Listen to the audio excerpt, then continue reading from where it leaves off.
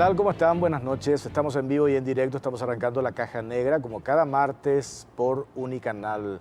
Como adelantábamos recién, vamos a centrar 1 hora y media todo el programa para entender, desmenuzar lo que mañana sin duda va a ser la noticia, porque como decía, entre las 9 y las 10, y vamos a corroborar esa información, si logramos tener, yo creo que sí, un contacto vía Skype con Juan Pablo Saracho, enviado del Grupo Nación, quien está en Nueva York. Mañana en ese horario se tiene que saber, se tiene que hacer lectura la jueza Pamela Chen de la posición que ella finalmente va a asumir en torno a la condena al expresidente de la Conmebol, Juan Ángel Naput. Pero independientemente al caso en sí, de lo que ya sabemos que va a suceder mañana, que se va a dar la condena, lo que está en expectativa es si la jueza se va a allanar al planteamiento de la Fiscalía, si va a aumentar, si va a disminuir, eso no lo sabemos, pero en el escrito en la acusación, que tiene casi 60 páginas, que arrimó la Fiscalía de los Estados Unidos en torno a toda la evidencia que fueron recolectando a partir de lo que se escuchó en el juicio del año pasado, en diciembre, allí en la Corte de Brooklyn, se da, por ejemplo, cuestiones como que en esa acusación se menciona de una manera clara el vínculo de la empresa Cifar Sport S.A., que es una empresa que pertenece a un conglomerado de medios acá vinculado a nuestro país, específicamente con nombre y apellido al empresario Antonio J. Bierzi, que es una empresa offshore que se creó en el 2007 en Panamá, que en su momento estuvo a cargo por este bufete de abogados que saltó a la fama después del escándalo de los Panama Papers, Mossack Fonseca. Nosotros le invitamos al periodista de investigación, Marcos Ricardo Velázquez, para un poco contextualizar, porque él hace una serie de publicaciones de hace mucho tiempo en relación a todo lo que tiene que ver con el escándalo del FIFA Gate, y después vamos a hablar con el abogado Ricardo Preda, un poco para que nos explique, porque maneja muy bien cómo funciona el sistema norteamericano. ¿Qué tal, Marcos? ¿Cómo estás? Buenas noches. Jorge, ¿cómo estás? Un placer estar en tu programa. Estuviste en diciembre del año pasado, no nos llegamos a cruzar, porque fuimos en fechas distintas, en Nueva York, seguiste también de cerca parte del juicio que se llevó a cabo en la Corte de Brooklyn, y allí todo lo que se arrimó, todo lo que se aportó, hoy podemos decir, porque sé que llegaste a acceder y leíste lo que dice la acusación de la Fiscalía de los Estados Unidos, 60 páginas, en el que desmenuza los puntos que la Fiscalía considera que amerita, y por eso piden ellos 20 años para el expresidente de la Conmebol. Así es, Jorge.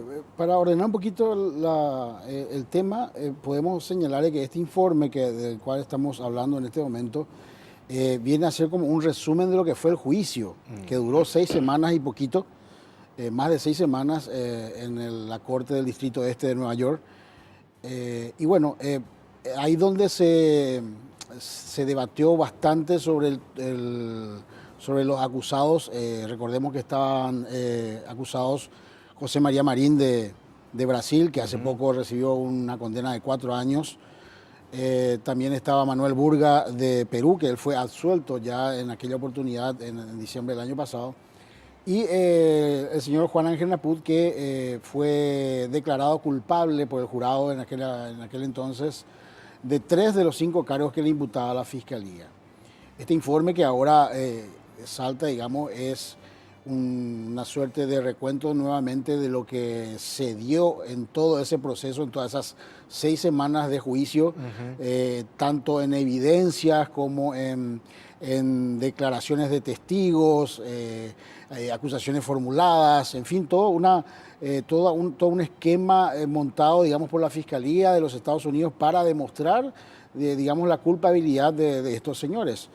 Y bueno, ahora en base a toda esa evidencia que estábamos mencionando es que la jueza Pamela Chen tiene que mañana tengo entendido a las 9:30 está fijado, digamos, el horario. Por eso yo decía entre las 9 y las 10. 9:30 está fijado el horario en el cual ella tiene que dar a conocer, digamos, el veredicto de la condena a Juan Ángel Naput, que reiteramos, apellido de la Fiscalía es por 20 años, ¿verdad? Se especuló mucho el tema de la cantidad de años desde un principio. Se mencionó que podía llegar inclusive hasta mucho más de 60 años, porque la expectativa de pena, digamos, va de 5 a 20 años por cada cargo que recibe de imputación, ¿verdad?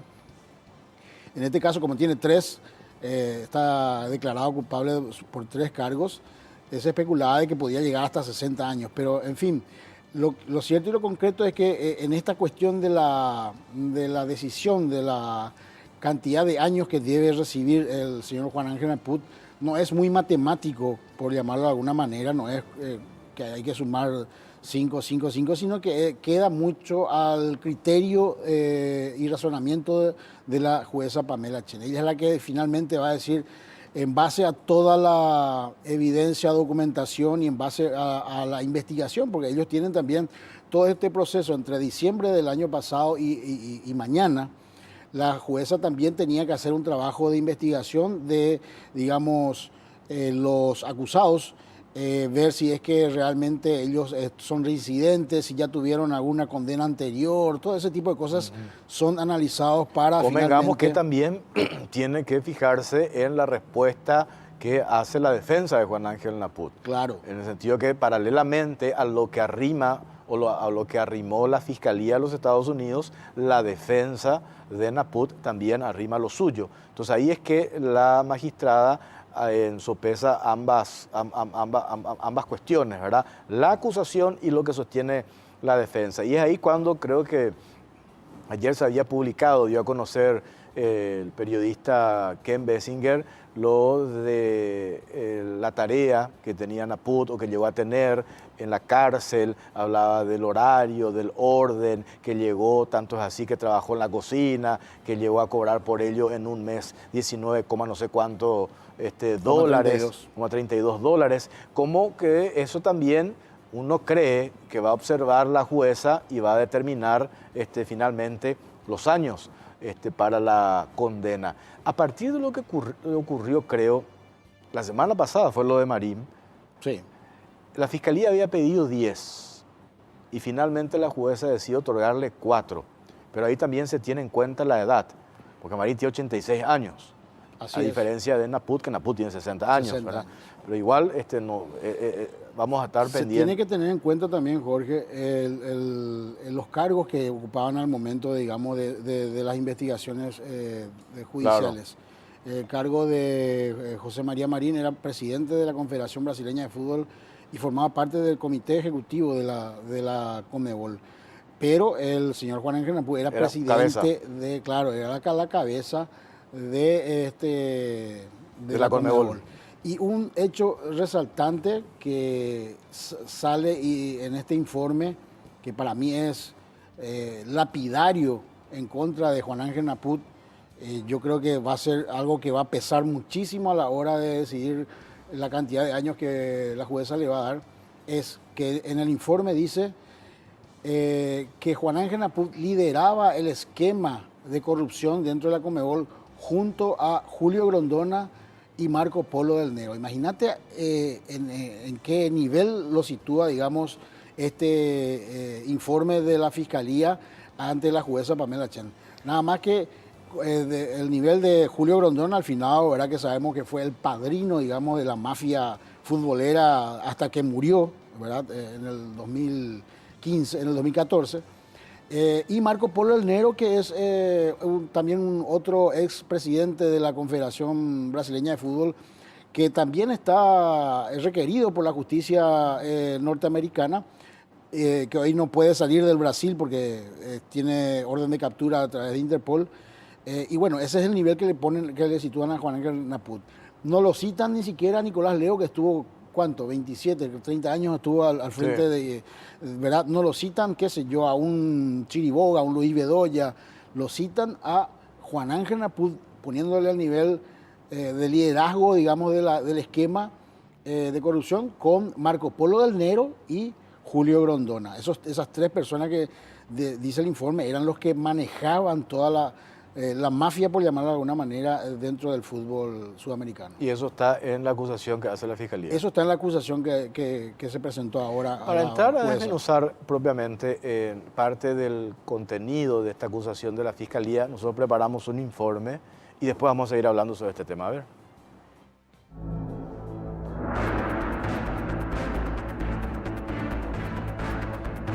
La Fiscalía de Estados Unidos presentó la acusación en contra del expresidente de la CONMEBOL, Juan Ángel Naput. El paraguayo es señalado como uno de los líderes de todo el esquema, por lo que piden que sea encarcelado 20 años. La decisión final será dada a conocer este miércoles 29 por la jueza Pamela Chen en la Corte de Brooklyn.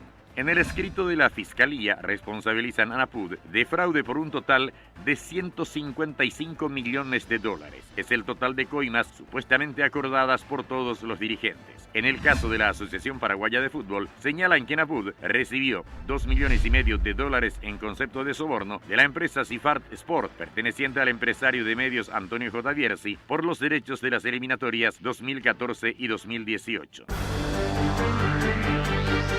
Como presidente de la Asociación Paraguaya de Fútbol, Naput acordó recibir y recibió sobornos en relación con la venta a pleno rendimiento de los medios y los derechos de marketing de los partidos de clasificación de la Copa del Mundo jugados por la Selección Nacional Paraguaya a través de un intermediario llamado Sifart Sport, dice una parte del escrito de la acusación de la Fiscalía de los Estados Unidos, un documento de 60 páginas que lleva la firma de Richard P. Donoghue, fiscal general del Distrito Este de Nueva York, en representación de los demás agentes fiscales Samuel Nitze, Christian Mays y Kate Edelman. La empresa mencionada, Sifart Traffic al revés, es una firma offshore que fue creada en Panamá por el conocido bufete de abogados Mossack Fonseca en el año 2007 y en donde aparece como el principal accionista el empresario paraguayo Antonio J. Bierzi. En particular, Naput hizo que la APF celebrara un contrato con Sifart cubriendo los ciclos de 2014 y 2018 de las competencias clasificatorias de la Copa del Mundo a cambio o recibiendo personalmente del juego completo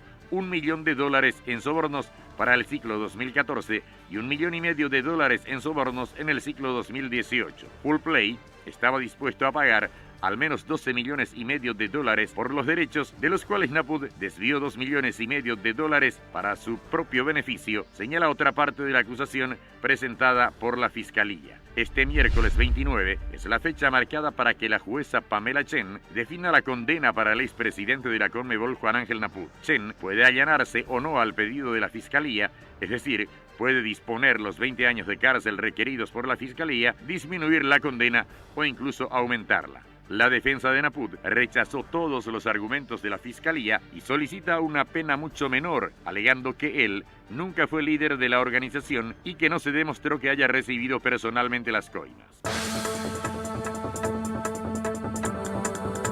Antecedentes. El 6 de diciembre del año pasado, en plena sala donde se desarrollaba el juicio por el caso FIFA Gate en la Corte de Brooklyn, el fiscal norteamericano Samuel Nitze exhibió en un proyector la fotografía del empresario paraguayo Antonio J. Bierzi al testigo Nelson Sanabria, quien estaba prestando declaración. Sanabria, quien fue asistente del expresidente de la CONMEBOL, Juan Ángel Naput, había sido convocado al estrado como otro de los testigos del juicio. ¿Usted conoce a este hombre?, preguntó el fiscal. Sanabria respondió, sí, lo he visto en varios eventos organizados por la CONMEBOL. El testigo agregó que una vez lo llamó para saber si podrían darle una ayuda con algunos sorteos. Esa fue la primera vez que el nombre de Bierzi se mencionó en el juicio, pero había sorprendido que la Fiscalía tenga bien identificado al empresario paraguayo, lo que hacía suponer que estaban recabando información acerca de su participación en todo este esquema del pago de sobornos a dirigentes del fútbol. El que en forma categórica había invocado el nombre de Bierzi fue el ex empleado de la empresa Full Play, Santiago Peña, cuando en el momento de su intervención en el juicio mencionó que el dueño del grupo Bierzi había firmado un contrato con Full Play, vía Sifart, para ceder los derechos de televisación de los partidos de la selección paraguaya. La copia de dicho contrato fue arrimada a la declaración de Peña, por lo que la Fiscalía ató cabos en cuanto a su participación en el esquema. Peña había declarado que Naput, cuando era presidente de la APF, recibió una coima de $1 millón pagados por Mariano y Hugo Jenkins, dueños de Full Play y socios de Datiza, por los derechos de transmisión de los partidos de la selección de Paraguay. Recién ahora se tiene la información cerrada, en el sentido de que ese momento había surgido la duda si los derechos de Paraguay los tenía Sifart, Grupo Bierzi, porque los Yankees pagarían a Naput una coima. La empresa de los Yankees cerró contratos con la empresa del empresario Antonio J. Bierzi.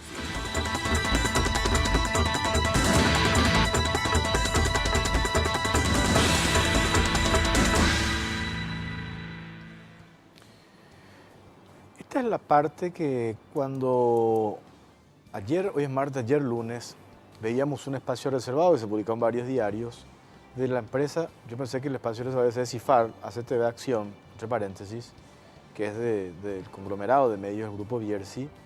Ellos dicen que erróneamente se interpreta o se menciona a la empresa Cifar en la historia del pago de sobornos.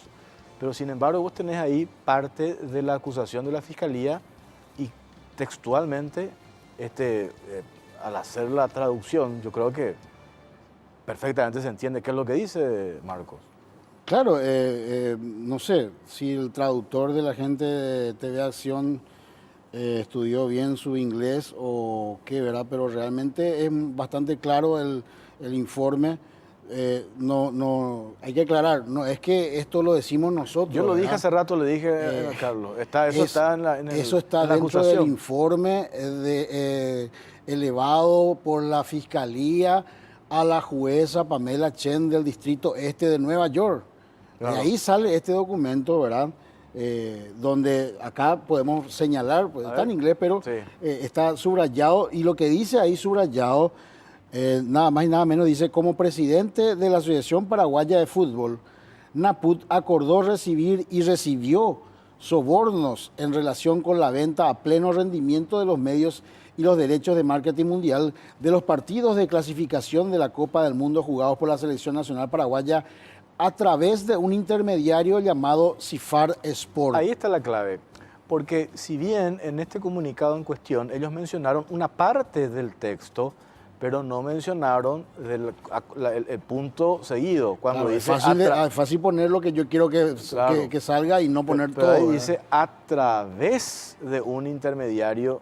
Así textualmente. No ¿verdad? es algo que nosotros lo inventamos, lo agregamos, lo ponemos porque queremos. Eso dice textualmente el informe de la Fiscalía. Pero de hecho que esto, bueno, nada más que, volviendo un poco al principio, Jorge, te reitero, esto es nada más que un resumen que le está haciendo la Fiscalía a la jueza Pamela Chen. Esto es algo que ya se dijo, y el informe fue bastante clarito, ahí mostró la imagen de Bierzi, se le preguntó, digamos, a los testigos si le vieron a este señor, de dónde era y todo eso, y bueno, de ahí surge, digamos, todo esto, no es que salta ahora como algo nuevo. Esto, durante el juicio a los tres acusados, reitero, a Juan Ángel Naput, José María Marín y Manuel Burga, ya se mencionó en, si mal no recuerdo, 3 ocasiones. Mencionó Bursaco, un testigo clave, Alejandro Bursaco, TIC. Mencionó Santiago Peña, Marketing Full Play. Y después la proyección que hace mismos fiscales. El fiscal, Nipse, el fiscal, proyecta la foto de Bierzi cuando estaba testificando Nelson Sanabria, que es el secretario, creo que era de Naput. O sea, en 3 ocasiones aparece esto, ¿verdad? ¿Por qué se llegó a explicar alguna vez por qué Cifar significa traffic al revés? O podemos llegar a decir que fue una mera coincidencia. De hecho que nosotros también nos preguntamos eso y cuestionamos públicamente esa situación, porque era una coincidencia muy grande de llamarse de la misma manera que la empresa que estaba involucrada en todo el FIFA Gate, ¿verdad? Estamos hablando de Traffic, que es una empresa del brasileño José Ávila, que formó parte del conglomerado Datiza junto a Full Play y a TIC, que pagaron más de algo así como 140 millones de dólares en sobornos, la empresa Datiza, ¿verdad? Y bueno, ¿cómo era tanta coincidencia, verdad? De que Cifar se llame igual que Traffic. Pero al revés. Pero al revés, ¿verdad? Inclusive la doble F claro, es tal cual. del así. medio, ¿verdad? Que es realmente muy, muy llamativo, ¿verdad? Ellos, obviamente, siempre el grupo Bierzi negó cualquier vínculo o cualquier relacionamiento con la gente de Traffic, pero no yo deja pensé de que me iba a llamar... decir, no, negaron la vinculación con Traffic, pero de que Cifar es de Bierzi no hay ninguna duda, ¿verdad? De hecho, en el comunicado ellos firman, que salió No, ayer, eso firman está TV clarito, Acción, eso está ¿verdad? clarito, de que Cifar es más. En la copia de los contratos que firma Cifar con la APF aparece Pablo Troche, ¿verdad? Quien Sí. es abogado del grupo Bierzi. Sí. De hecho, vos te acordás, 2015, Copa América, cuando la empresa Cifar ya tenía los derechos, la Copa América, que había firmado a partir de un contrato con la APF, comenzó y enviaron correos a dueños de radios porque diciendo que ellos tenían los derechos no solo para televisión, sino también para radios. Cuando salta el escándalo FIFA Gate en mayo del 2015, 27 de mayo del 2015. ellos lanzan otro comunicado queriendo despegarse de ese escándalo y sin embargo quedó el registro de estos correos que por un lado aparecieron dos personas haciendo la negociación. El actual ministro de Comunicaciones de la SICON de este gobierno, de Mario Abdonista, Alejandro Peralta Bierzi, y después aparece un tal Luis Galeano. La dirección que ellos invocan en ese correo para que los dueños de las radios remitan el contrato era Andrade O'Higgins, donde precisamente funciona hoy TV Acción, el conglomerado de medios Telefuturo y compañía. Pero cuando salta el escándalo, ellos dicen, en realidad nosotros nunca tuvimos luego los derechos para la Copa América para cederle a las radios.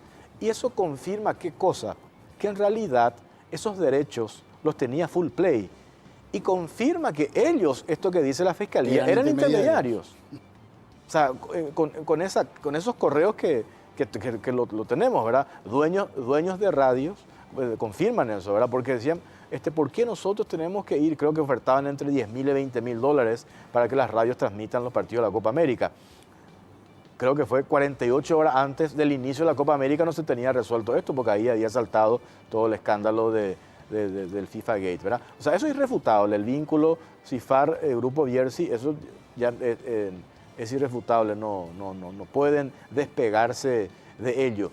Y lo otro que es preocupante, digo yo, y esto ya es una información que nos pasaron, pero el empresario Bierzi dice que no sale del país. ¿Por qué? Ante el temor de que le pase exactamente lo mismo que le pasó al expresidente de la Conmebol, a Naput, que todos le dijeron, no hay nada en tu contra, vos tranquilo, va a Suiza y ahí lo agarran, ¿verdad? Porque convengamos que todos los dueños, inclusive no dueños, gerentes de marketing de alguna u otra manera, de estas empresas que integraban Datiza, TIC, Full Play y Traffic, fueron convocados por la justicia norteamericana. Algunos de ellos en un grado mayor de responsabilidad, que tuvieron que reconocer el hecho, pagar una multa y después no ir a prisión, ¿verdad? Entonces por ello uno dice, ¿por qué actuarían de esa manera con los dueños de estas tres empresas que conformaron Datiza y por qué actuarían de una manera distinta con quien actuaba de intermediaria de estas empresas acá en Paraguay? O sea, cuestiones que uno supone que el sentido común te dice que también la investigación tendría que estar enfocada en seguir con esto. Por eso yo lanzaba hace rato, y eso te pregunto, no sé si vos manejás, Marcos, mañana se define lo de Naput.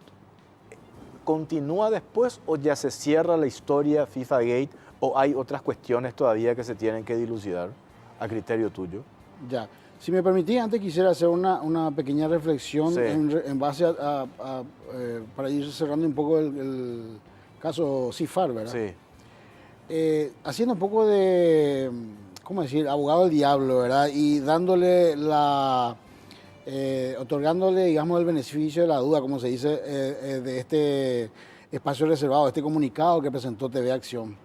Y de que sea cierto, digamos, de que ellos no sabían nada de que de los sobornos que había recibido Juan Ángel Naput en su momento. Se habla de 2,5 millones de dólares.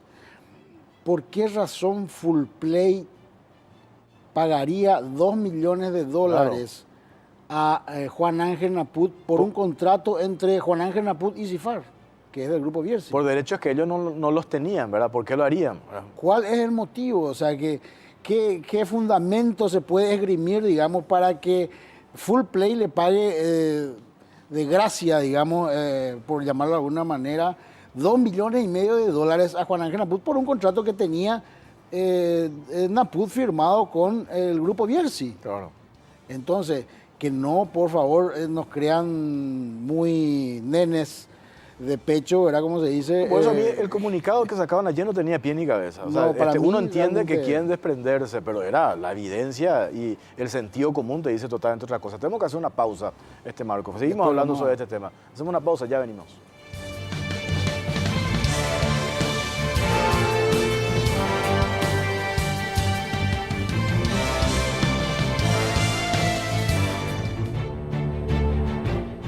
...21:59, 26 grados la temperatura en Asunción. Estamos en vivo y en directo, estamos haciendo la Caja Negra por Unicanal. Marcos, estamos ya en un contacto vía Sky con el periodista Juan Pablo Saracho del Grupo Nación, enviado especial a los Estados Unidos. Él está ya en Nueva York. Juan Pablo, ¿cómo te va? Buenas noches.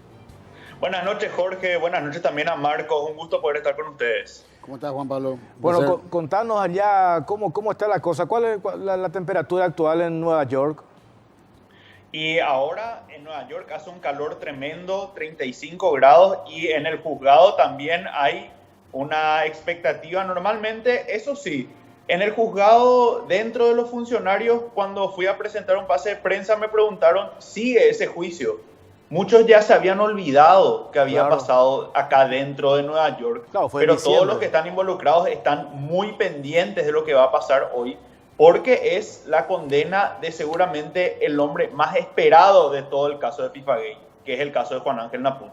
El caso, el más importante de todos los que ha conseguido detener a la Fiscalía y que consiguió juzgar y condenar por medio de un jurado. Juan Pablo, ¿qué es lo que hoy se tiene? Esto mañana se define, tiene que hacer lectura de la condena la jueza Pamela Chen. Ya sé que tenés la acreditación correspondiente de que vas a estar allí presente en ese momento. ¿A qué hora exactamente se va a dar eso, Juanpi? A las 9:30, el lunes fijaron una nueva fecha de audiencia, a la nueva hora mejor dicho, porque estaba fijada para las 10, se adelantó para las 9:30. Entonces se espera que después de 1 o 2 horas esté lista ya presente la sentencia la jueza Chen en el juzgado. Entonces ahí estaremos pendientes, estaremos en la sala, seguramente estarán tanto familiares como conocidos de Naput, así como miembros de la Fiscalía que solicitan 20 años de prisión en este caso. Ahora la jueza normalmente fue del lado de la Fiscalía en la mayoría de los pedidos que se dieron durante el juicio. Entonces habrá que ver cómo acompaña en este caso, porque en el caso de José María Marín le dio una pena de 4 años cuando la Fiscalía solicitó una de 10, pero a diferencia de Naput, Marín tiene 85 años y tenía ese dato de la edad como un atenuante. Entonces eso es lo que hace que discrepe un poco la decisión de la jueza con la Fiscalía. Ahora habrá que ver qué decisión toma en base a esto. Estábamos nosotros hablando acá con Marcos, ¿puede todavía incluso, si bien la Fiscalía pide 20 años, la jueza, por ejemplo, determinar un aumento de esa pena? ¿Puede darse eso? La jueza puede tomar la decisión que ella no está limitada a la decisión de la Fiscalía. Ella puede dar la pena máxima, que en este caso sería de 60 años, como había establecido el reporte de presentencia. Pero eso porque sería una cadena perpetua en el caso de Naput, prácticamente considerando su edad. Pero en este caso normalmente se da más que nada según el pedido de la Fiscalía. Habrá que ver qué decisión toma la jueza, pero no está obligada a esos 20 años que pidió la Fiscalía. Para nada. Ella puede decidir por encima, ella está en su disposición, ella tiene potestad de hacerlo. Claro, a ver, Marcos. Juan Pablo, entiendo que el veredicto de la jueza Pamela Chen tiene que darse con presencia del acusado, ¿verdad? Del imputado en este caso, el señor Juan Ángel Naput. Oportunidad para ver cómo está, digamos, en su semblante, digamos, si está demacrado, si está con algunos gestos y en fin. Entiendo que vas a tener esa oportunidad también, Juan Pablo. Y eso sí, porque el acusado, el quien será condenado, sí o sí tiene que estar frente a la jueza. También tendrá la chance de hablar ante ella. En el caso de Marín había hablado, tuvo una crisis de nervios en ese momento. Ahora Naput habrá que ver si decide hablar, porque ya también es una decisión suya, a ver si es que menciona algo a la jueza sobre el caso, sobre lo que ha ocurrido. Y especialmente él no llamaría, en este caso normalmente se espera que se dé algún tipo de arrepentimiento, algún tipo de reconocimiento, pero en el caso de Naput, él siempre insistió en su inocencia. Habrá que ver si en este caso cambia ese discurso. Eso es muy difícil de saber. Claro. Ahora, lo otro que también uno dice que se supone que la jueza va a tener a consideración lo que la defensa llegó a arrimar, que tiene que ver con el comportamiento. Convengamos que inicialmente se había hablado de 5 delitos, después eso se redujo a 3, porque en el juicio propiamente no se pudo, por lo menos lo que hemos visto, determinar con precisión si el expresidente de la Conmebol llegó a recibir en propias manos cuando se habla del tema soborno. Por eso, por favor, recordanos estos 3 casos que había resuelto el juzgado en diciembre pasado, Juan Pablo. En este caso no hace mucha diferencia porque igual considera que estuvo involucrado en otros casos en grado de conspiración, porque lo que determina en este caso la pena, obviamente sería mucho menos, porque si sumaban esos 2 cargos más, podría haber sido hasta 100 años la condena, pero en este caso al ser 3 termina siendo hasta 60. Ahora igual la jueza tiene la posibilidad de analizar y según la fiscalía, por cómo ellos presentaron, ellos consideran a Naput como un líder de toda la organización y al ser el líder de la organización tendría que tener una pena más grave si es que la jueza también toma ese punto de vista. La defensa por su lado dice que él no puede ser un líder ya que empezó 20 años antes que él y eran otros los líderes que eran como por ejemplo Julio Grondona, Nicolás Leos, Ricardo Teixeira, y esos eran los verdaderos líderes. Entonces la defensa plantea eso, mientras que la fiscalía dice lo contrario, que fue el sucesor de todo lo que ocurrió después. Claro. Ahora, lo otro tiene que ver también con, yo insistía en que uno supone que después cuando se sepa mañana el resultado, la condena a la jueza Pamela Chem, la defensa tiene todavía posibilidad, eso nos explicaba el otro día el doctor Ricardo Preda, quien va a estar también enseguida con nosotros y que maneja muy bien cómo funciona el sistema norteamericano. La defensa puede todavía apelar, ¿no es cierto?, y plantear esos requerimientos que, según la defensa, no se tuvieron en cuenta en el momento del desarrollo del juicio oral. Por ejemplo, cuando se menciona la figura de conspiración, se hace referencia a una fecha con precisión de una supuesta reunión que se habría realizado en Paraguay y después la defensa de Naput corroboró que Bursaco no llegó a ingresar al Paraguay en esa fecha y arriman documentos de migraciones. Entonces uno se pregunta, ¿va a tener en cuenta después la justicia norteamericana lo que pueda llegar a aportar la defensa de Juan Ángel Naput? Y habrá que ver, porque la jueza Pamela Chen ya rechazó un pedido de absolución y de nuevo juicio a Naput con esta prueba que habían presentado en el caso de Bursaco. Yo creo que viendo por lo menos la estrategia de la defensa, van a insistir con el caso de Bursaco, porque Bursaco, el testimonio de Bursaco es la clave, es la base de toda su acusación, especialmente en el caso contra Naput. Entonces, al ir apelando, ir buscando diferentes contradicciones que hay dentro de las declaraciones de Bursaco, podría ayudar a la defensa a conseguir algún tipo de victoria, algún tipo de reducción de sentencia, por lo menos en la etapa de apelaciones, porque hasta ahora, ese fue como habías dicho vos, Jorge, eso se buscó, se demostró a través de documentos que él no estuvo, la fiscalía que dijo como respuesta que eso no necesariamente dejaba de lado su testimonio, sino que querría decir que capaz se olvidó de la fecha. Eso está en el escrito de respuesta a la sentencia que presentó la fiscalía, porque ellos dicen, Bursaco cumplió, su testimonio es verosímil en todos los casos, pero si es que tiene algún error, no quiere decir que toda su declaración puede ser desechada. Entonces habrá que ver qué encuentra más la defensa de Naput, porque creo que ese será el enfoque principal. Al respecto, Jorge, Sí. me gustaría aportar aquí algo también. Recordemos que Bursaco durante el juicio había mencionado también de cómo era el manejo que tenían las autoridades de la Conmebol y del comité ejecutivo. Es decir, ellos llegaban en jet privado, descendían a la pista de Silvio Pettirossi y se iban en sus limusinas tranquilamente. Acordate que tenían inmunidad diplomática hasta hace poco. O sea, vos decís que eso no pudo haberse registrado en Migraciones. Posiblemente. El ingreso de alguno de ellos. Posiblemente. El Claro. ingreso, no necesariamente el no ingreso o el no registro de estos ingresos una prueba. sea una, digamos, una contundente. prueba. Claro. Claro, eso es lo que alega también la Fiscalía, que los documentos tampoco pueden ser necesariamente corroborados. En el caso de la defensa, lo que planteaban era que en el manifiesto de vuelo sí aparecen personas como Luis Segura, Eladio Rodríguez de Torneos, pero en ese grupo de personas no aparece Bursaco.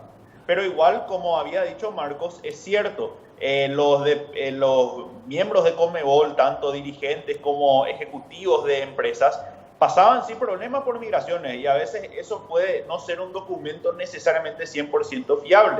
Por eso tendrán que buscar otras pruebas aparte de esa para poder demostrar que el testimonio de Bursaco es en realidad una mentira como ellos están alegando.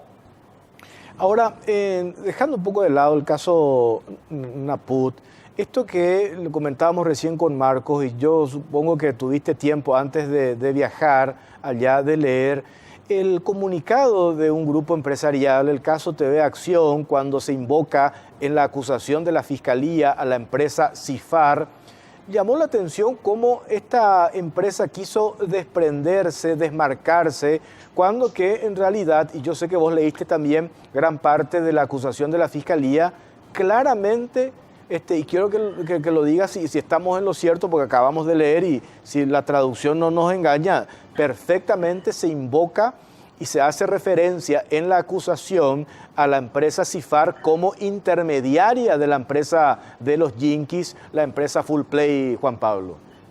Y tiene lógica que ellos mismos no quieran incriminarse, pero al leer por lo menos lo que presentó la Fiscalía, existe algún vínculo por lo menos entre la empresa que porque ellos lo que alegan es, Cifar no pagó las coimas, fue Full Play quien pagó las coimas. Pero entonces Full Play, ¿para qué pagaría coimas? Claro. Para una empresa que no tiene ningún vínculo con ellos? No sería una sola cuestión de solidaridad o de una donación. Entonces, ¿qué vínculo existió para que Full Play otorgue prácticamente, que pague esas supuestas coimas para que Cifar después termine recibiendo y sea el intermediario de los derechos? Después Full Play compra los derechos de Cifar, como está registrado en los mismos libros contables que había presentado en juicio Santiago Peña, el contador, el tesorero de Full Play.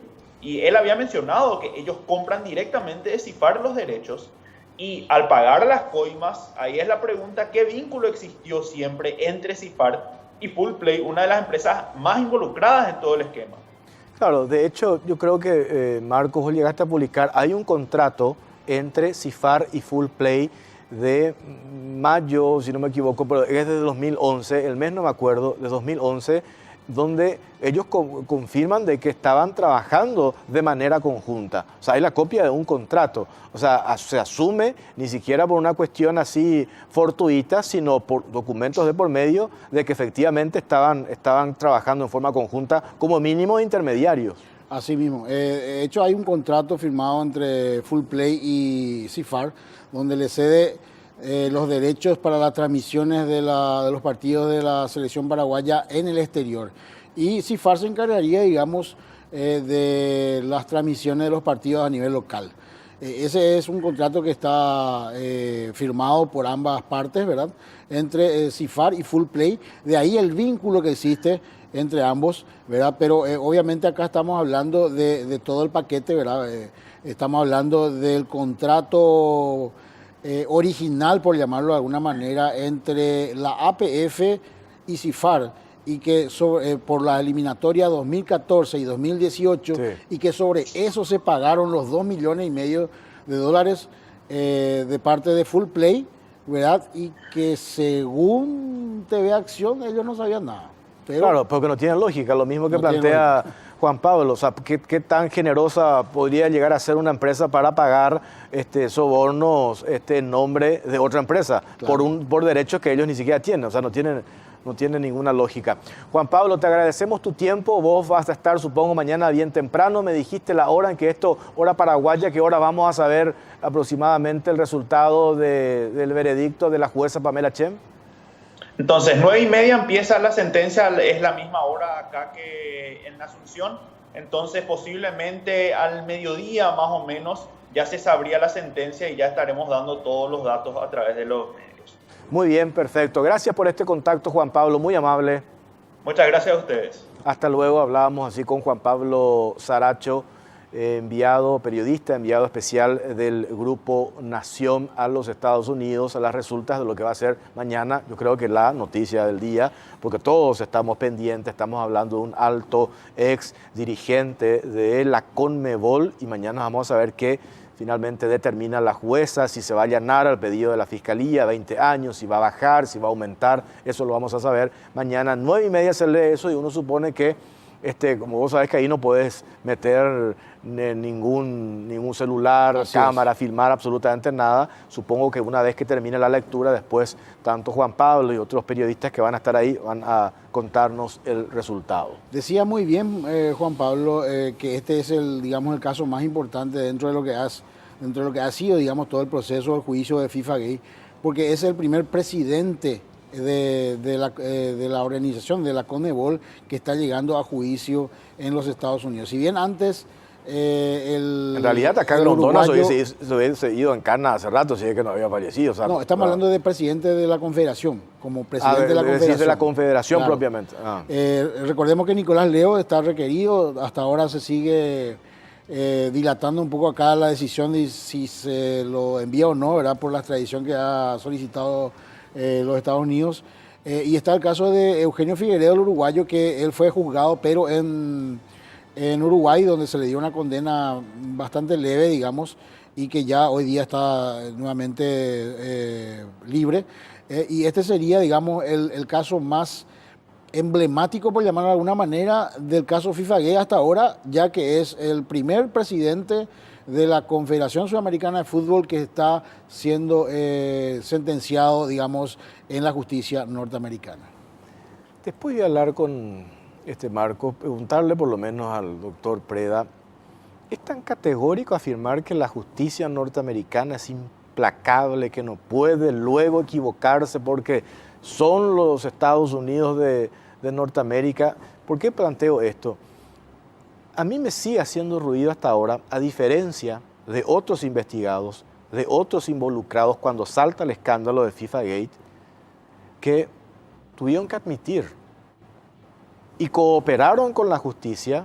¿Y eso qué significó? Quizás el desembolso de una suma importante de dinero, pero hoy están libres.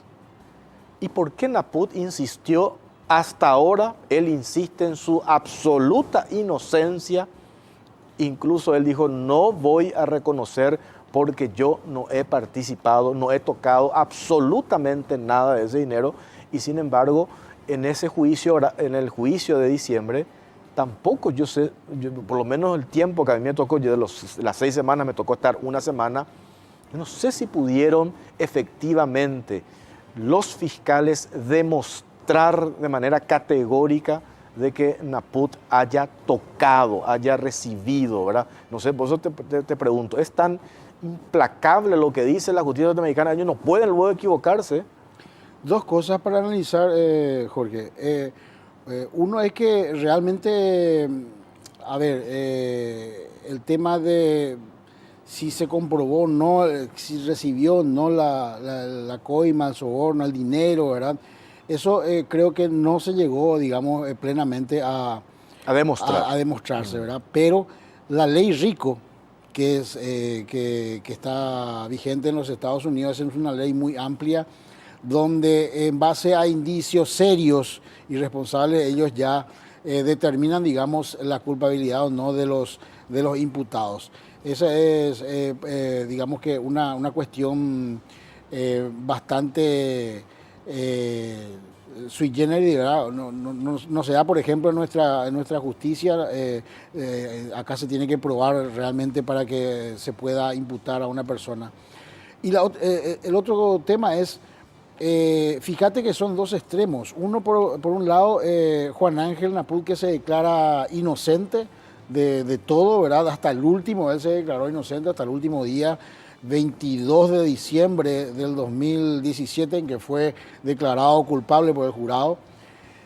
Y por otro lado, la Fiscalía, sin embargo, lo declara como líder, nada más y nada menos, de todo el esquema montado de corrupción dentro de la Conmebol, junto a el ex todopoderoso Julio Grondona, que sabemos perfectamente, era el que manejaba los hilos, los tentáculos, tenía por todos lados, y Marco Polo el Nero, el brasileño. O sea que por algo la Fiscalía lo califica de esa manera a Juan Ángel Naput. No creo que en vano, digamos, lo esté calificando de una manera de declararse inocente, digamos, Juan Ángel Naput por un lado. Sin embargo, la Fiscalía dice taxativamente, e incluso en este último informe reitera de nuevo, de que Juan Ángel Naput era el líder del esquema junto a Julio Grondona y el brasileño Marco Polo del Nero. Por ahí un poco el tema de si es que son implacables o no. Bueno, creo que esta ley Rico es la que da bastante amplitud, digamos, a la forma en que ellos pueden calificar o no los delitos. Entonces, en base a eso, ellos se están rigiendo para acusar, digamos, a Juan Ángel Naput, recordemos, en 3 casos: lavado de dinero, fraude electrónico y asociación criminal. En la Copa Libertadores y en la Copa Sudamericana. Son los 3 cargos que se le imputa a Juan Ángel Naput, por los cuales fue declarado culpable, ¿verdad? Los dueños de la empresa paraguaya invocada en la acusación de la Fiscalía, dudo mucho que estén hoy tranquilos, ¿no? Teniendo en cuenta cómo actúa la justicia norteamericana o cómo actuó con relación a lo que mencionábamos hace rato con los otros propietarios, por ejemplo, de esta empresa Datiza y el conglomerado de 3 empresas que se juntaron para hacer Datiza. Definitivamente es así. Yo creo que del momento en que suena tu nombre en un juicio y exponen tu fotografía y lo mencionan 3 veces, mínimamente vas a parar la oreja, creo, ¿verdad? Y decir que a la pucha, había sido, yo también estoy siendo observado mínimamente, ¿verdad? Pero aparte, por una cuestión de sentido común, ¿cómo es posible de que todo el esquema haya operado de esa manera? O sea, los propios involucrados confiesan a quién le pagaron tanto el monto con precisiones, y justo esa que es intermediario no va a ser la Carmelita descalza, ¿verdad? O sea, eso no cree nadie. No, de hecho, es lo que estábamos mencionando, ¿verdad? La vinculación que hay, y que vengan a decir, no, yo no sabía nada. Sí. Bueno, me parece un poco difícil, ¿verdad? Marcos, vamos a estar Decía nada más que para contestar tu pregunta hace rato, si es que esto iba a continuar, ¿verdad? Sí. Hay un fiscal de nombre Damon Rowe. Damon Rowe es un fiscal que el agente del... no es fiscal. Es el agente del FBI. Agente del FBI que habló, digamos, la vez pasada ya con la sentencia de José María Marín, que le habían dado 4 años. ¿A él no lo habían convocado como testigo? ¿O ese fue otro del FBI que había... No sé si fue a él, pero hubo un agente del FBI que también fue llamado. Convocado, ¿verdad? fue llamado, sí. Pero específicamente lo que dice Damon Rowe es de que las investigaciones continúan. Continúan, por eso te preguntaba. Esto no termina acá, es decir... O sea, mañana se define lo de Naput, esto continúa. Claro, lo de Naput se define mañana y a otra cosa mariposa, pero esto continúa. Y tiene sus ramificaciones, hay mucho más que investigar. Sí, de hecho el FBI, en un comunicado que habíamos publicado ya en su momento también, menciona de que las investigaciones van a seguir, digamos, en torno a todo este esquema que se detectó y que obviamente tiene muchas ramificaciones todavía que descubrir, digamos. Marcos Velázquez, gracias por tu tiempo, muy amable. Por favor, a las órdenes siempre, Jorge, un placer. Vamos a la pausa. A la vuelta le hemos invitado y muy gentilmente decidió participar con nosotros del programa el abogado Ricardo Preda, sin entrar en precisión, porque él también es abogado de Nicolás Leos, sin entrar, pero de paso vamos a ver cómo está el caso Leos. Pero en realidad lo que queremos es que él nos explique, para entender un poco cómo funciona el sistema norteamericano, muy distinto al nuestro, y en relación a lo que va a suceder mañana en la Corte de Nueva York. A la vuelta de la pausa, ya venimos.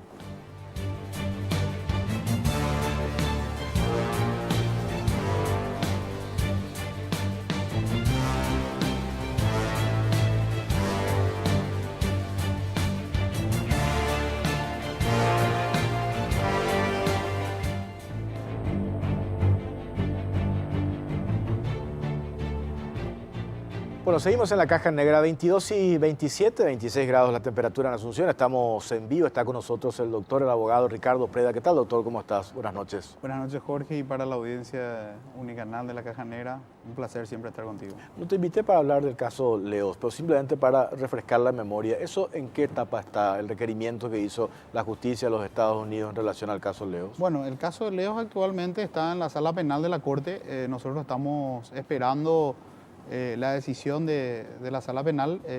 Estamos confiados, es lo que nos resta, ¿verdad? Confiar en nuestra justicia y que haga valer la soberanía jurídica en nuestro país. De tanto hablamos de soberanía en este país que muchas veces invocamos la soberanía cuando nos conviene y en otros casos siempre renunciamos a ciertos temas jurídicos nuestros y queremos que justicia de otros países y decimos que la nuestra no funciona. Sin embargo, les puedo asegurar que en un Estado de Derecho hay que respetar las normas jurídicas internas de cada país y esperemos que nuestra sala penal haga valer nuestra soberanía jurídica y rechace el pedido de extradición, así como lo hizo la justicia argentina, de la mano del famoso ahora Claudio Bonadío, que está con el tema de los cuadernos, sí, y ha demostrado que es un juez valiente en cuanto a luchar contra los poderosos.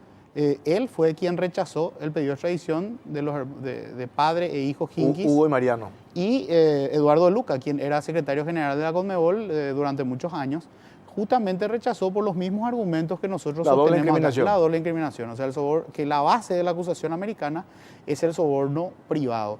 Todo esto nosotros lo corroboramos no con argumentos simplemente verbales nuestros o escritos, sino con dictámenes nada más y nada menos que de una de las profesoras más prestigiosas de Derecho Penal de los Estados Unidos, la profesora Susan Klein, y además de, y acá te digo, un ex fiscal general del gobierno de Ronald Reagan y George Bush padre, que hizo un dictamen para nosotros, relacionados a que la acusación de Estados Unidos, en este caso de FIFA Gay, descansa enteramente sobre el soborno privado. Por más que hable de lavado de dinero, hable de asociación o de conspiración. Criminal, conspiración. Claro, todo se fundamenta en el soborno privado. Es decir, uno extrae el soborno privado y se vacía de contenido todo el caso. Esto nosotros lo explicamos, lo pretendimos probar en la Cámara de Apelaciones. Tuvimos un éxito parcial, pues uno de los miembros del Tribunal de Apelaciones nos dio la razón, los otros dos dijeron cualquier cosa. Obviamente también comprendemos, son candidatos a ingresar a la Corte Suprema y seguramente no querían dictar un fallo que les comprometa, según su percepción, ¿verdad?, con un gobierno tan poderoso como el gobierno americano. Pero yo creo que eso es más una autolimitación de ciertos magistrados que una realidad. Porque y creo que el gobierno americano de ninguna manera va a considerar negativo que la justicia paraguaya simplemente señale que el pedido de extradición se rechaza por una cuestión estrictamente jurídica y que es una cuestión que en Paraguay no se castiga. Así como lo hizo la justicia argentina, y como sabrás y como te habrás dado cuenta, no habrás leído ninguna publicación donde Estados Unidos se sienta ofendida o ofendido como país porque Argentina rechazó el pedido de extradición. Tenemos que saltar un paso más. O sea, un paso más significa hacer valer nuestro derecho interno y rechazar este pedido. Esperemos y confío en la capacidad y en la valentía de los miembros de la sala penal que integran para este caso y que no se dejen llevar por quién es el que pide y tampoco se dejen llevar por tal vez no sea la decisión más popular la que tomen, ¿verdad? Más allá de determinar si uno es culpable o inocente, acá hay una cuestión de legislación interna, digamos. Claro, acá la cuestión es simplemente un tema de legislación interna. Te pongo al revés. En Estados Unidos, comprar un fusil M16 o un M5 es totalmente normal. En Paraguay es un crimen. La pena por portar un arma de guerra es hasta 10 años de cárcel. En Estados Unidos es lícito, no solamente es lícito, ellos interpretan que la Constitución de Estados Unidos le faculta a ellos a portar armas y cualquier tipo de armas. Es más, una de las asociaciones, privadas o más importantes en Estados Unidos es una que se conoce como la Asociación del Rifle. Si nosotros trasladamos los postulados de la Asociación del Rifle a lo que es el derecho interno paraguayo, esa sería una asociación criminal. ¿Por qué? Porque promueven la utilización de todo tipo de armas, incluidas las armas de guerra. Para darte un ejemplo, o sea, Claro. lo que allá es lícito, acá es un crimen. Bueno, en el caso del soborno privado, es decir, dar comisiones entre particulares, en Paraguay, no, en Paraguay, Argentina y otros varios países no es un crimen y allá lo es. Depende de nuestras autoridades judiciales tener la valentía de hacer valer nuestra soberanía jurídica. Acá no estamos hablando de si es culpable o no es culpable y tampoco tenemos que renunciar como país a nuestro derecho interno. En todo caso, si creemos que tenemos esa laguna y que hay mérito para castigar esa conducta, bueno, pidamos a los legisladores que prevean de ahora en más el soborno privado dentro de nuestra legislación penal, como lo vienen haciendo otros países. O sea, no castigar el soborno privado no es algo raro. Imagínate que un país como España, que es el primer mundo, lo castiga recién desde el año 2010. Alemania desde finales de los 90. Paraguay y Argentina no lo tienen, Brasil no lo tiene. Hay muchos países que no lo tienen porque el soborno privado es una figura que aparece recién en los últimos 30 años en la legislación penal mundial. Anteriormente, no solamente no se consideraba ilícito, sino hasta se consideraba como una forma de competencia en el ámbito de los negocios. Y esto recién aparece legislado como derecho penal cuando lo que se pretende proteger con el soborno privado no es el patrimonio, no es un delito contra el patrimonio, es un delito contra la competencia. ¿Por qué? Porque el soborno privado no es que afecta al patrimonio de alguna de las partes, lo que afecta es la competencia. ¿Por qué afecta la competencia? Porque, bueno, una Pudo persona haber que... participado otras empresas. Otro pudo haber ganado ese... Claro. Y, bueno, el que pagó la comisión, ese Se ve resultó beneficiada. beneficioso. Eso es lo que altera el soborno privado. En Paraguay no tenemos luego delitos contra la competencia, ningún tipo de delito contra la competencia. Y lo he dicho más de una vez, tanto en foros académicos como en programas de televisión, que creo es un buen momento para que revisemos nuestra legislación penal y nos aboquemos a castigar delitos contra la competencia, como por ejemplo la formación de cárteles. ¿Qué son la formación de cárteles? Y bueno, formar grupos para adjudicarse todas las licitaciones de cierto sector, por ejemplo. Nos ponemos de acuerdo, vos tenés tu empresa, yo tengo la mía, el compañero que está allá en las cámaras también tiene otra empresa, entonces los tres nos ponemos de acuerdo y decimos, bueno, de ahora en más, todas las licitaciones de ruta vamos a presentarnos los tres. Vos ofrecés esto y yo ofrezco aquello. Esta vez me gano yo, la siguiente vos y la siguiente vos. Entonces nos aseguramos siempre ganar. Eso se llama formación de cárteles. Eso, por ejemplo, en Paraguay no está castigado. Eso no es colusión. No, lo que pasa sí, en Paraguay en el ámbito se llama un delito de formar cárteles dentro de la competencia y sí, se puede llamarse colusión, pero esa conducta de asociarse para repartirse las licitaciones en sí mismo no está castigado.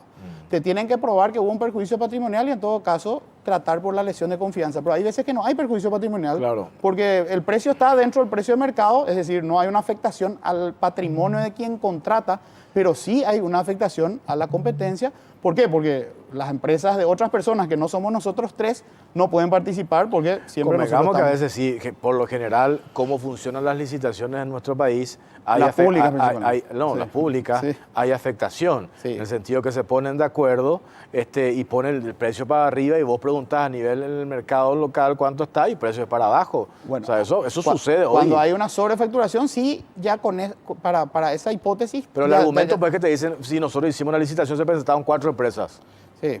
y nosotros optamos por la más baja, te dicen. Claro, Entonces, lo que pasa es que eso justamente ocurre cuando tenés un procedimiento cerrado de contratación, que es, en el caso público, era a través de la ley 2051, y finalmente el ordenador de gastos no tiene más opción que contratar de entre los que se presentan, y ahí está el tema de la formación de cártel. Hay otros muchos delitos contra Claro. la competencia Pero en otros lugares del pero mundo. Acá mientras no. tanto, y cerrando este tema, mientras tengamos esta legislación, tenemos que hacerla respetar. por más de que el pedido o el requerimiento lo haga los Estados Unidos.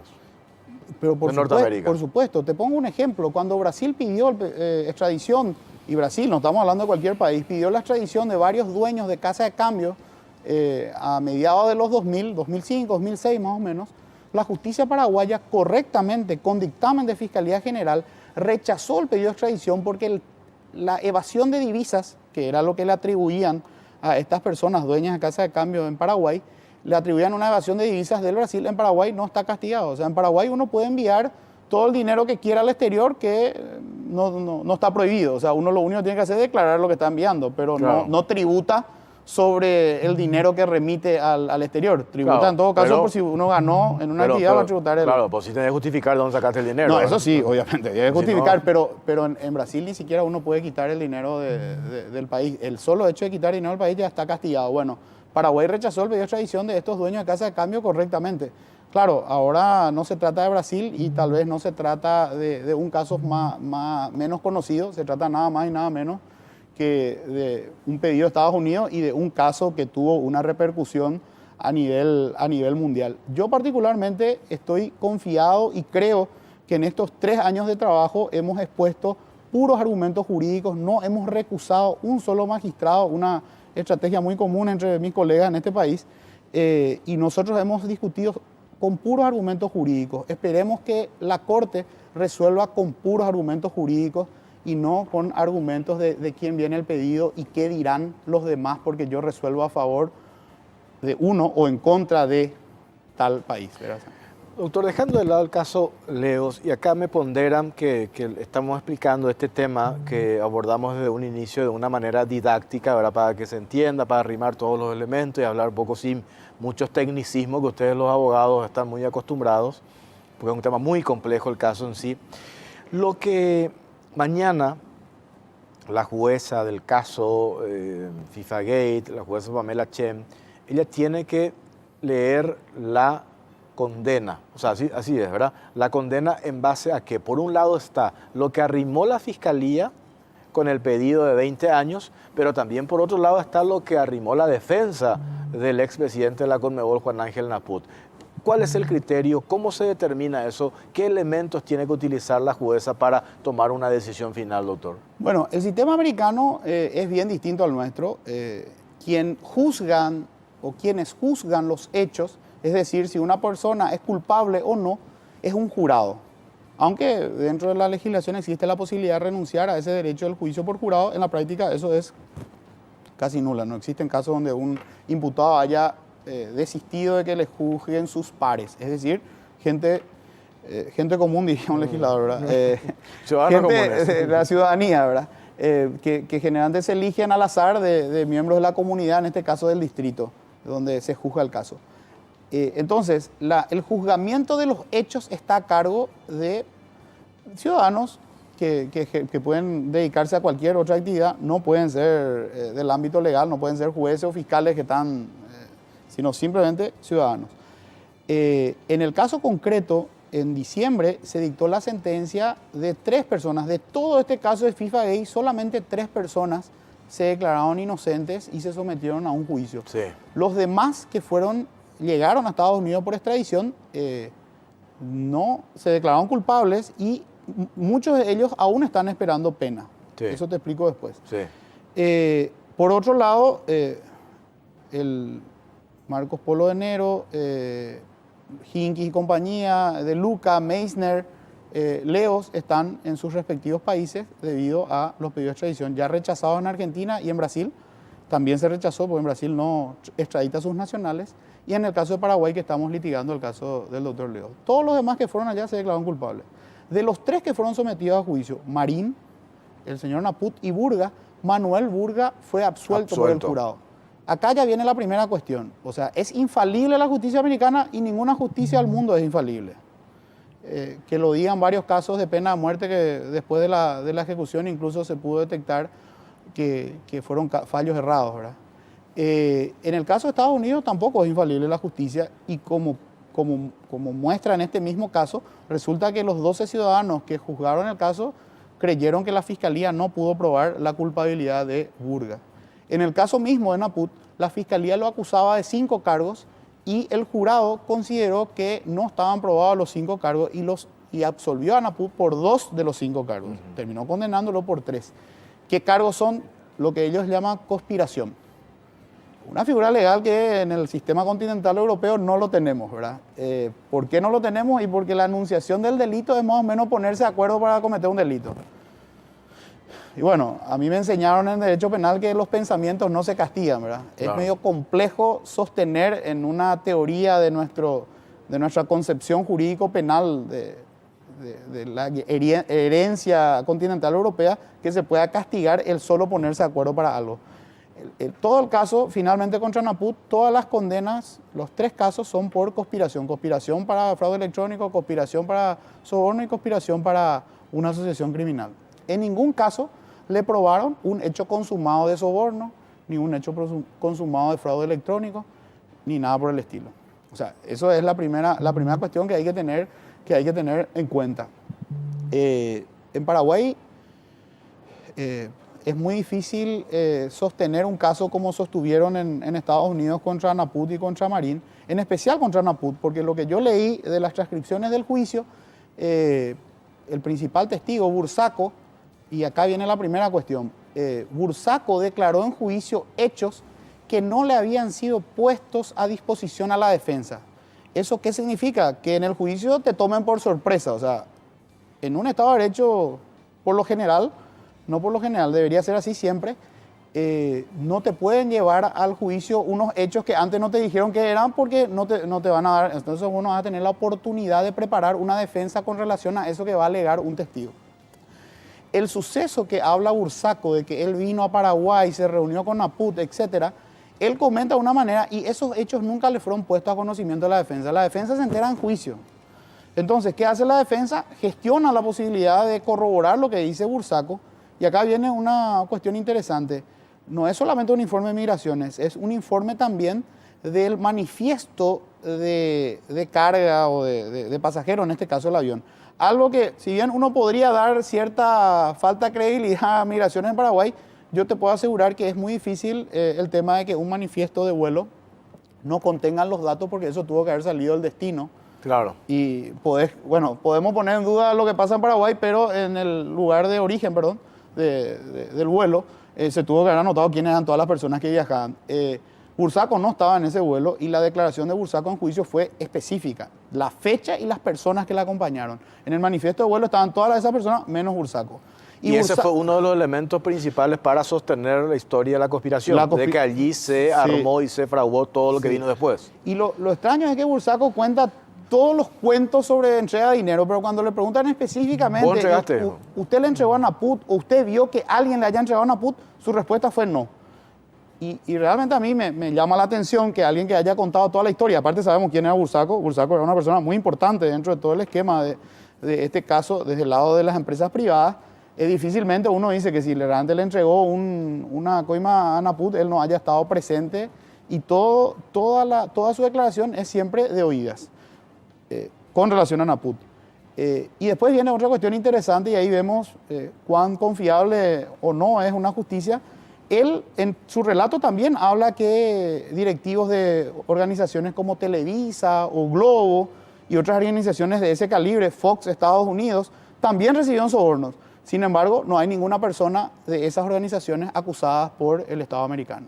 Así que son cuestiones a tener en cuenta si realmente es tan infalible la justicia de otro país y si nosotros tendríamos que tener también un poco más de autoestima para valorar el derecho de nuestro país y tratar de que se ajusten a las reglas todos los puntos. Otro tema que no le dejaron utilizar a Naput, a su defensa específicamente, es justamente que en Paraguay y en Argentina no se castiga el soborno privado y que hipotéticamente si ellos consideran que eso ocurrió, ¿cómo le van a castigar si en el lugar donde él residía y realizaba gran parte de sus actividades, eso no está castigado? Eso no está castigado.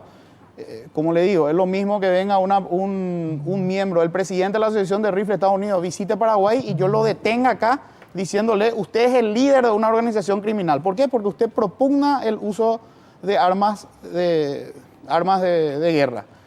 sinceramente sería un absurdo. O sea, el fiscal paraguayo que haga eso, no porque sea estadounidense el sujeto, sino en realidad jurídicamente eso sería un absurdo, porque yo no le puedo castigar a alguien por algo que en su país le está permitido. Este mismo ejemplo, traspolando lo otro, prácticamente es... Claro, o sea, realmente a mí me parece que nosotros hemos de alguna manera renunciado a cuestionar como país ciertos temas y somos muy propensos a aplaudir todo lo que viene afuera.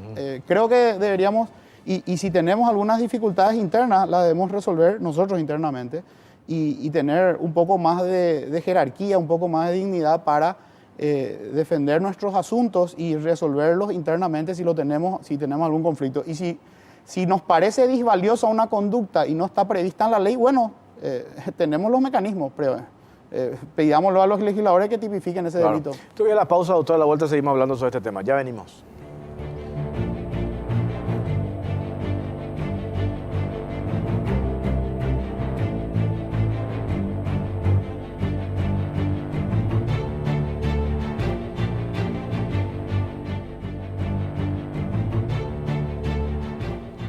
Bueno, 22:50, último bloque ya en la caja negra. Doctor, en lo de mañana, lo de Pamela Chem, ¿ella puede aumentar esa pena? O sea, aumentar, digo, lo que pide la Fiscalía, así como puede disminuir, ¿verdad? Así es. El sistema americano, como le explicaba antes, el que decide si alguien es culpable o no es el jurado. Ahora, una vez que el jurado decide que alguien es culpable, quien establece cuál es la pena es el juez, en este caso la juez. Generalmente se toma 90 días luego de dictada la condena para tomar esa decisión de cuál va a ser la pena. Dentro del sistema americano federal hay una comisión federal de sentencia, se llama. Es una comisión federal, es un órgano donde los miembros son 7, necesariamente tiene que haber una conformación bipartidista para que vean el tema del cuoteo y ese tipo de cosas que acá se sataniza. Bueno, ahí directamente el sistema se establece que tienen que ser de los dos partidos principales de Estados Unidos los miembros de esa Comisión Nacional de Sentencia. ¿Qué hace esta Comisión Nacional? Elabora lo que se denominan guías de sentencia. Esas guías de sentencia son las que se establecen, las que establecen más o menos cuál es la pena. Esta Comisión Federal de Sentencia tiene unos funcionarios que se llaman oficiales de prueba. Estos oficiales de prueba, que son 100 aproximadamente, están vinculados a cada tribunales de distrito de Estados Unidos. En todo Estados Unidos hay 94 tribunales de distrito nomás. O sea, juzgados de distritos. O sea, con todo lo grande de Estados Unidos hay 94 juzgados. Hay varios jueces en cada distrito, ¿verdad? Pero hay solamente 94 distritos. A cada distrito está asignado algunos oficiales de prueba. Estos oficiales de prueba son los que preparan dentro de esas guías la proposición de pena. Se llama en ese caso una presentencia. Este funcionario le presenta una presentencia a la jueza, una explicación de por qué él cree que esa es la sentencia y se le da una a la fiscalía y otra a la defensa. Luego, tanto la defensa como la fiscalía hace su argumentación con esa presentencia y cada uno hace su... ¿Qué es lo que se dio ahora? Sí, en el caso concreto, la presentencia estuvo preparada el 21 de agosto. En la presentencia, el oficial de prueba dictamina que se dan el máximo nivel de ofensa. El máximo nivel de ofensa puede llegar a 43. Y te explico. Tiene unas guías así que establece unos criterios y cada criterio suma unos puntos. Una especie de escala, ¿verdad? Sí, una especie de escala, exactamente, una especie de escala. Esa especie de escala, entonces uno va sumando puntos. El mínimo es 7 puntos, que es por la sola comisión del delito ya son 7 puntos. Eso da una escala de hasta 6 meses de privación de libertad. En el caso de Naput, porque Naput no tenía otros antecedentes. Luego, el caso de la presentencia, el oficial de prueba le sumó 26 puntos porque dice que los sobornos superaban los 150 millones de dólares. Lo cual acá ya vemos que en el caso de Naput nunca pudieron probar un solo soborno, pero bueno, esa es su propuesta, ¿verdad? Dice que como hubo un perjuicio superior a los 150 millones de dólares, le suma 26 puntos. Entonces, va sumando. Después dice cómo se realizó fuera de Estados Unidos y mediante medios sofisticados, entonces le suma otros 2 puntos. Después dice que porque él era el líder de la organización, que en realidad él era el presidente de la Conmebol, ¿verdad? Que es un órgano en sí mismo que realizaba otro tipo de actividades, le suma 4 puntos. Luego, por supuestamente abusar de una posición que él tenía, que era la de presidente, otros 2 puntos. Después le agregan otros 2 puntos, supuestamente por obstrucción a la justicia, y con esto suman 43, que es el máximo nivel de la ofensa. O sea, lo máximo de nivel que se puede aplicar en Estados Unidos en el nivel de ofensa es 43. Eso aplicaron en la presentencia. Y en el caso de la presentencia dicen 43. Con lo cual, esto significa que la propuesta del oficial de prueba es de la pena máxima. ¿Cuál es la pena máxima? Tal como lo dijo Juanpi, de 60 años, porque son 3 cargos, cada cargo es hasta 20 años, y como ellos suman todas las penas, entonces hasta 60 años. Esto es lo que recomendó el oficial de prueba. Esto analiza la defensa de Naput, y la defensa de Naput básicamente lo que dice es que finalmente el tiempo que ya estuvo privado de su libertad, que son 8 meses, es suficiente como un medio disuasivo para los demás, y eso ya amerita que se le aplique el mínimo de los rangos, que es los 7 puntos por la comisión del delito. Y acá hay una cuestión, no es que sea contradictoria la defensa de Naput. Lo que pasa es que la defensa de Naput no puede alegar ninguna inocencia, porque ya está discutiendo solamente la pena. Entonces no es que es incoherente por decir aplíquenme la pena más baja. No tiene luego otra, porque ya no se está discutiendo la culpabilidad. Claro.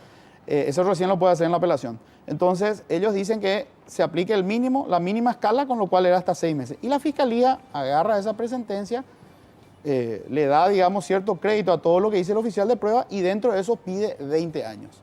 En síntesis, el único límite que tiene la jueza es la guía de sentencia. Es decir, no puede superar 60 años. Eso es lo que no puede hacer. Pero también, independientemente de eso, puede hacer... Tú se tomó como parámetro lo que pasó con Marín la semana pasada. Sí. De 10 que pide la Fiscalía bajó a 4. Por ahí agregaron la edad de Marín, que creo que tiene 85, 86 años, ¿verdad? Nosotros hicimos con los compañeros del estudio, con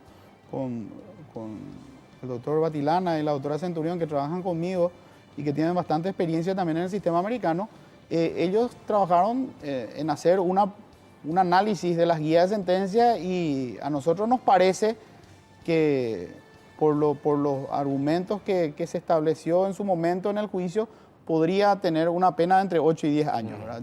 No es lo que yo quiero, ¿verdad? Claro. Para mí realmente la sentencia es injusta, pero acá tenemos que partir sobre una cuestión objetiva, es decir, mañana se va a imponer una pena, eso es seguro. Claro. ¿Cuál va a ser la pena? Nomás es la discusión. Suponte que se dé eso esa estimación 8-10, después se apela. Sí, la apelación... ¿Cuál es la posibilidad de obtener resultados en una apelación al punto de plantear un nuevo juicio? Me dijiste el otro día en la radio, doctor, que eso prácticamente es un imposible. Es muy difícil. Es muy difícil. No es muy común allá anular un juicio, hacerlo de vuelta, ¿no? Pero no que no se haya dado nunca, ¿verdad? Sí se puede dar, pero también puede venir directamente una absolución, o también la disminución de la pena. Perfecto. O sea, cualquiera de esas 3 hipótesis se puede dar. Bueno, tenemos más tiempo para desarrollar acá, pero me preguntan por qué los norteamericanos están preocupados de lo que pasa en la Conmebol. Dice que por qué toman intervención, que creo que ya lo explicaste, ¿verdad? Y bueno, yo creo que sí, el argumento siempre fue que el dinero pasó por Estados Unidos, pero claro, eso, bueno, es una cuestión bastante compleja, y yo tengo mis dudas por lo que te dije antes, que Bursaco mencionó a varias otras organizaciones.